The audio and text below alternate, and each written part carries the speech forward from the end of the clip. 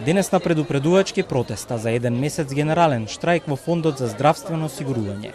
Вработените не отстапуваат од главните барања, бараат повисоки плати, разрешување на актуелните членови на управниот одбор и целосно нов состав на истиот. Ова тело кое што управува со фондот на претходна седница ја одложи точката за усогласување на платите со растот на минималната плата по завршување на изборите. Денес председателот на синдикатот во ФЗО упати јасна порака.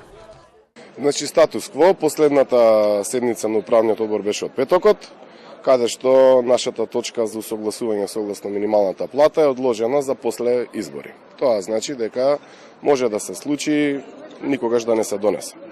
Нашите барања се едноставни, значи усогласување согласно минималната плата, тоа е од 2392 денара по лице, ништо повеќе, останување на сегашните плати што го имаме сегашниот бод, тоа е да се донесе бод после 1 јуни. А бидејќи управниот одбор веќе безброј пати годинава си поигра со емоциите на вработените, бараме владата да го разреши цел управен одбор, да си постават нови луѓе.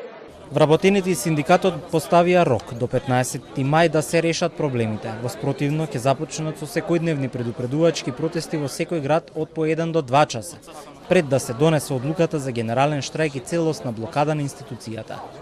Да си го загреа столчето, видува што се случи во февруари месец кога Фондот за здравство штрекуваше само 2 дена.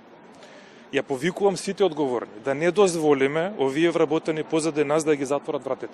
Бидејќи ако ги затворат вратите, ќе патат само граѓаните на Република Македонија. Знаете какви услуги се даваат од Фондот за здравствено осигурување на Република Македонија. Помагаме и работиме за најлошите случаи во државата. Вработените во Фондот за здравствено осигурување штрајкуваа и пред 3 месеци.